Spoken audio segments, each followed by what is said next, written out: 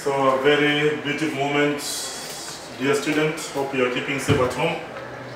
So let's continue from where we had left in our previous lesson. I believe that in our previous lesson we were communicating about the volume of a sphere, the hemisphere. In this lesson I'll move again to the concept of finding the volume of a cone. If the time allows, you're going also to touch on the case of the first. So the objective is for you to be able to relate what we talked about the surface area of a cone, and again what we are going now to say in the case of the volume of a cone. So in this idea we are saying the cone, just like we did in the case of a surface area, we said that a cone is a solid with a circular base. This is what we talked about. So you can see the solid, the base is a circle. If the base is not a circle, any other polygon, then that one is going to be a pyramid. But when the base is a circle, then that one is generated as a cone. So for you to be able to get the volume of a cone, you can see I've given you there the volume. The volume is going to be, so we're dealing with the cone in this case. The volume of the cone is given by 1/3, then base area, then multiplied by what? Multiplied by height. But in this case we know the base area,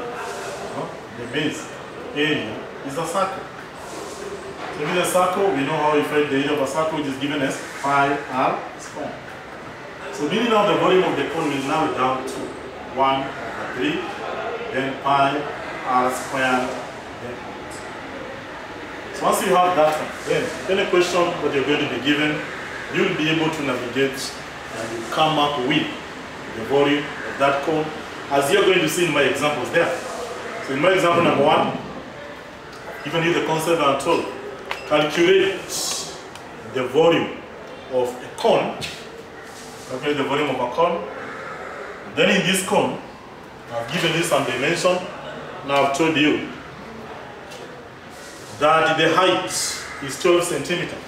The height is 12 centimeter. That is my example number 1. The height is 12 centimeter. Then,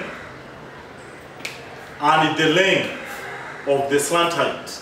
The length of the slant height is 13 centimeters. So that is the slant height. It's going to be 13 centimeters. Then in that case, we come up to the case of the solution. And you know that in the case of the solution you have the volume is given by a that base area multiplied by height. Just like you're saying the base is a circle, so meaning the radius is going to be given as a that pi r squared height. But now the problem is we have not been given the height. What we have been given is the slant height. So you need to come up. Then you use the Pythagoras theorem. This is our cone here, as you can see. So in this case of our cone here, that is our center there. The radius is one which have been given us. We have been given the height, and you are told that the height is given as the what? The height is 12. This one which have been given. This the height is 12 centimeter. Then the slant height is 13 centimeter. So meaning what we are missing is the radius. So meaning we remove this triangle. This is the right angle of the triangle here. You need to use the Pythagoras theorem. That is 13 centimeter. The distance is going to be 12 centimeter. So to find our radius here, we need to be able to apply the Pythagoras theorem. In this case of the Pythagoras theorem, our radius is going to be given by the square root of the hypotenuse square, which is 13 squared minus 12 squared. So meaning our radius is going to be given by what? 169 minus 144. So our radius is going to be the square root of 25. So meaning our radius is 5. So once you get your radius is 5, then you continue, you substitute. You substitute to the formula in order for you to come up with the volume. Therefore, the volume is going to be given by 1/3 multiplied by pi 22/7, then multiplied by our radius, which is 5, then multiplied by 5, then multiplied by our height. Remember the height, we are going to use the perpendicular height, which is 12 and not 13. So multiply by 12. What is going to be our volume now? So when you substitute, That one is going to be 314.3 centimeters. So technically, that's what we are referring as the technique of coming up with the volume of the cone. Very different from the surface area. So the two topics, the question will be the one in the section 2, but the technique are very different. So you have to get the formulas for finding the surface area and also finding the formulas for finding the volume of the cone. So in a nutshell, this formula must be written in your revision book so that these formulas can be on your fingertips. At any point, you must be able to come up with the correct answer. Let's try to focus on another example there. And then this is not another example, so just move on. Just move on from that solid which we are calling a cone. And then we discuss now about another solid which is obtained from the cone and also from the frustum. And if you remember, the name of that solid was frustum. So from the cone, we go to the frustum.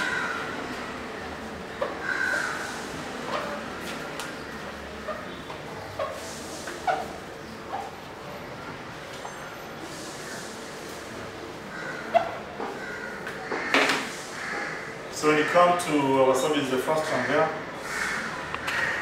we need to identify the way we had said in terms of the frustum.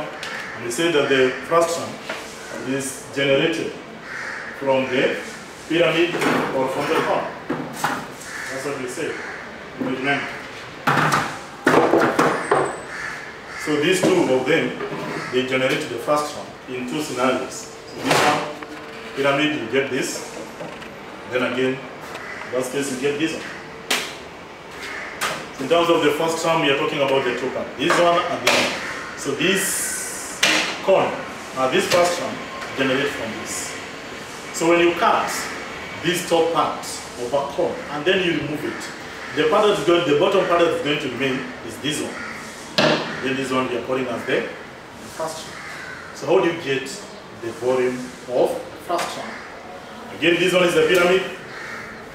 This one is the pyramid. If you cut this top part and then you remove it, the bottom part that is going to remain will be this one.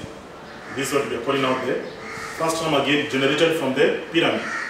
So we will discuss on different technique of getting the volume of first term. And we are saying that if the first term is generated from the cone or from the pyramid, then the volume is going to be given by the volume of the large cone minus the volume of the smaller cone. So it will be the volume of this one, when it was big, then minus the volume of that part which you have removed. So the volume that is going to remain once you take the subtraction of the two, that is now going to be the volume of frustum, this frustum from the cone.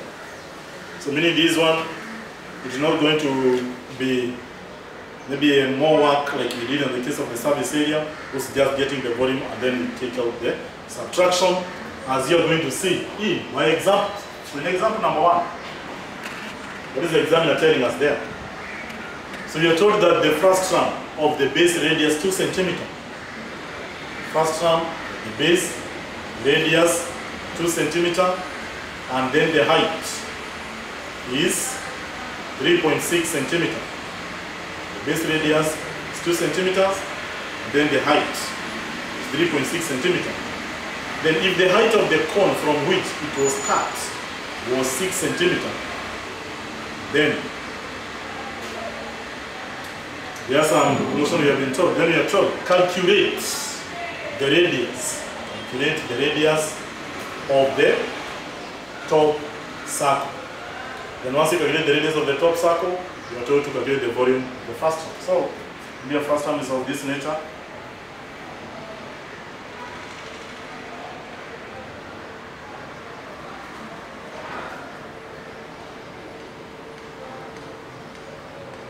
You have this base radius, then you have this top radius.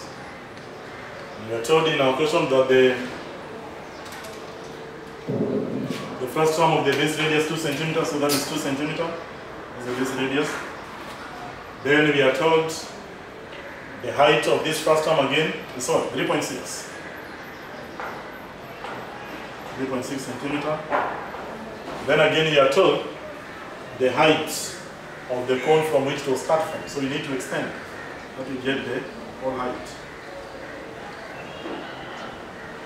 You don't have to get the whole height from here to there. That's the case. You're told that the height is how many? 9 plus 6 centimeters. Then the examiner is, the first thing that he wants us to calculate is to calculate the top circle, the radius of the top circle.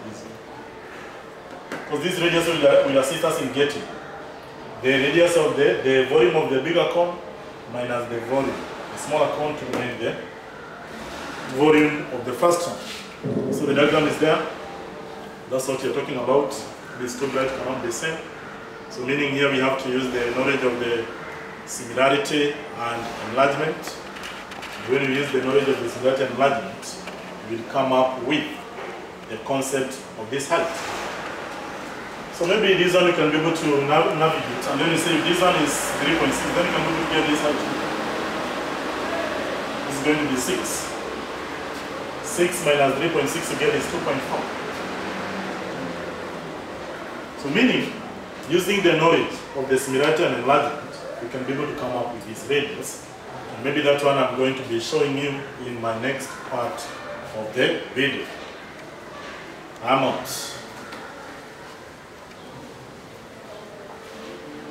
You know this